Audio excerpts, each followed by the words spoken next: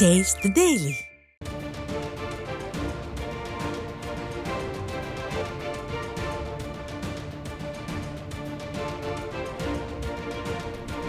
தேனியில் ஸ்டாலின் அரசை கண்டித்து அறவழியில் ஆர்ப்பாட்டத்தில் ஈடுபட்ட அதிமுகவினரை வலுக்கட்டாயமாக கைது செய்து ஏவல்துறை அராஜகம் செய்துள்ளது.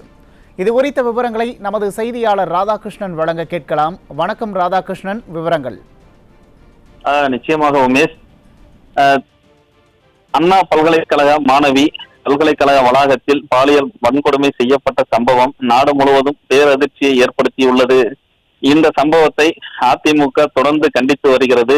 பொதுவாக அதிமுக பொதுச் செயலாளர் எடப்பாடி பழனிசாமி அவர்கள் இது தொடர்பாக பல்வேறு கட்ட போராட்டங்களை தொடர்ந்து நடத்தி வருகிறார்.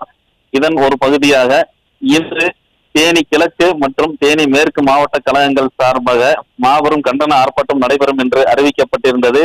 அதன்படி தேனி பங்களாமேடு பகுதியில் தேனி கிழக்கு மாவட்ட கழக செயலர் முருக்கோடை ராமர் தலைமையில் மாபெரும் கண்டன ஆர்ப்பாட்டம் நடைபெற்றது. மேலும் உத்தமபாளையத்தில் கழக அமைப்பு செயலாளரும் தேனி மேற்கு மாவட்ட கழக செயலாளருமான STK ஜக்கையன் அவர்கள் தலைமையில் மாபெரும் கண்டன ஆர்ப்பாட்டம் நடைபெற்றது. இந்த கண்டன ஆர்ப்பாட்டத்திற்கு அனுமதி கேட்டது முதலாகவே போலீசார் தொடர்ந்து அனுமதி மறுத்து வந்தனர்.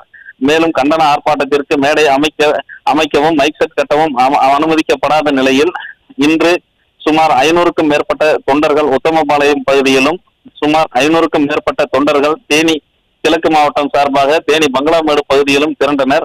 மேலும் கண்டன ஆர்ப்பாட்டத்திற்கு ஆட்கள் வராமல் தடுக்கும் நடவடிக்கைகளிலும் போலீசார் தொடர்ந்து ஈடுபட்டனர்.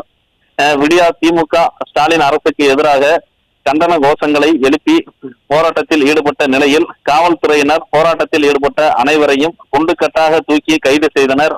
இந்த உத்தமபாளையத்தில் கழக அமைப்பு செயலாளர் STK ஜக்கையன் அவர்கள் தலைமையில் சுமார் 500க்கும் மேற்பட்டோரை கைது செய்த காவல்துறை தேனி கிழக்கு மாவட்டம் சார்பாக தேனி பங்களாமேடு பகுதியில் நடைபெற்ற கண்டன ஆர்ப்பாட்டத்தில் மாவட்ட கழக செயலாளர் முருக்கோடை ராமர் தலைமையில் சுமார் 500க்கும் மேற்பட்டோரை வலுக்கட்டாயமாக கைது செய்து வாகனங்களில் ஏற்றி தனியார் மண்டபங்களில் சென்று தங்க வைத்துள்ளனர்.